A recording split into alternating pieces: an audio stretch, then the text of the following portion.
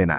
এ ব্যাপারে মহানবী সাল্লাল্লাহু আলাইহি ওয়াসাল্লাম বলেছেন, সর্বশেষে যে ব্যক্তি জাহান্নাম থেকে বের হয়ে জান্নাতে প্রবেশ করবে তার সম্পর্কে অবশ্যই আমার জানা আছে। এক ব্যক্তি হামাগুড়ি দিয়ে বা বুকে ভর দিয়ে চলে জাহান্নাম থেকে বের হবে। তখন আল্লাহ তাআলা বলবেন, যাও জান্নাতে প্রবেশ করো। সুতরাং সে জান্নাতের কাছে এলে তার ধারণা হবে যে জান্নাত পরিপূর্ণ হয়ে গেছে। ফলে সে ফিরে এসে বলবে, হে প্রভু, জান্নাত তো দেখলাম পরিপূর্ণ। আল্লাহ তাআলা বলবেন, যাও জান্নাতে প্রবেশ করো। তখন সে জান্নাতের কাছে এলে তার ধারণা হবে যে জান্নাত তো ভরে গেছে।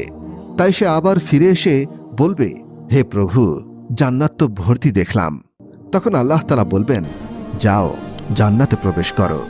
তোমার জন্য থাকলো পৃথিবীর সমতুল্য ও তার 10 গুণ পরিমাণ বিশাল জান্নাত, অথবা তোমার জন্য পৃথিবীর 10 গুণ পরিমাণ বিশাল জান্নাত রইল।